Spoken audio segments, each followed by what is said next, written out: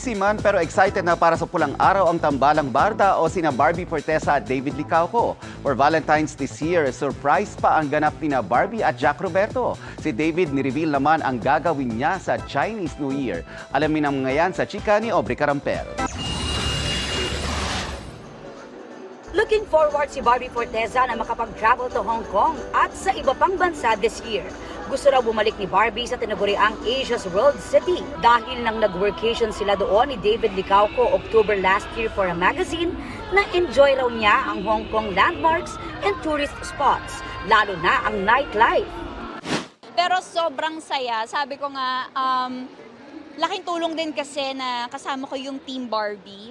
So parang ang dami kong kasamang na-enjoy ang Hong Kong. And now I get to talk about my experience while I was there.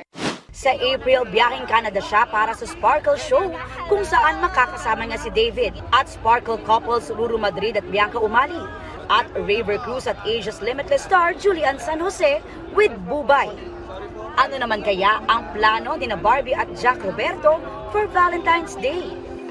For sure may plano naman. Kaya lang yun nga, bukod sa schedule, basta we will make time for it. If not the exact Valentine's Day, maybe before or after.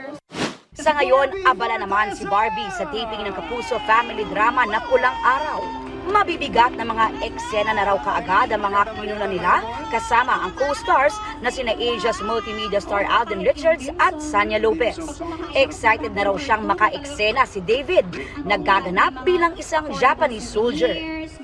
Nakita ko yung maturity niya and improvement as an actor. So I can't wait to see him as Hiroshi. Kung anong input yung ginawa niya, anong klaseng character yung ginawa niya as Hiroshi.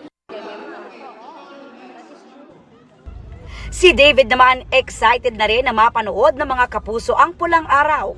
Pero magbe-break soon si David para magbakasyon with family at i-unleash ang kanyang pagiging true Swiftie sa Australia leg ng Eras Tour concert ni Taylor Swift.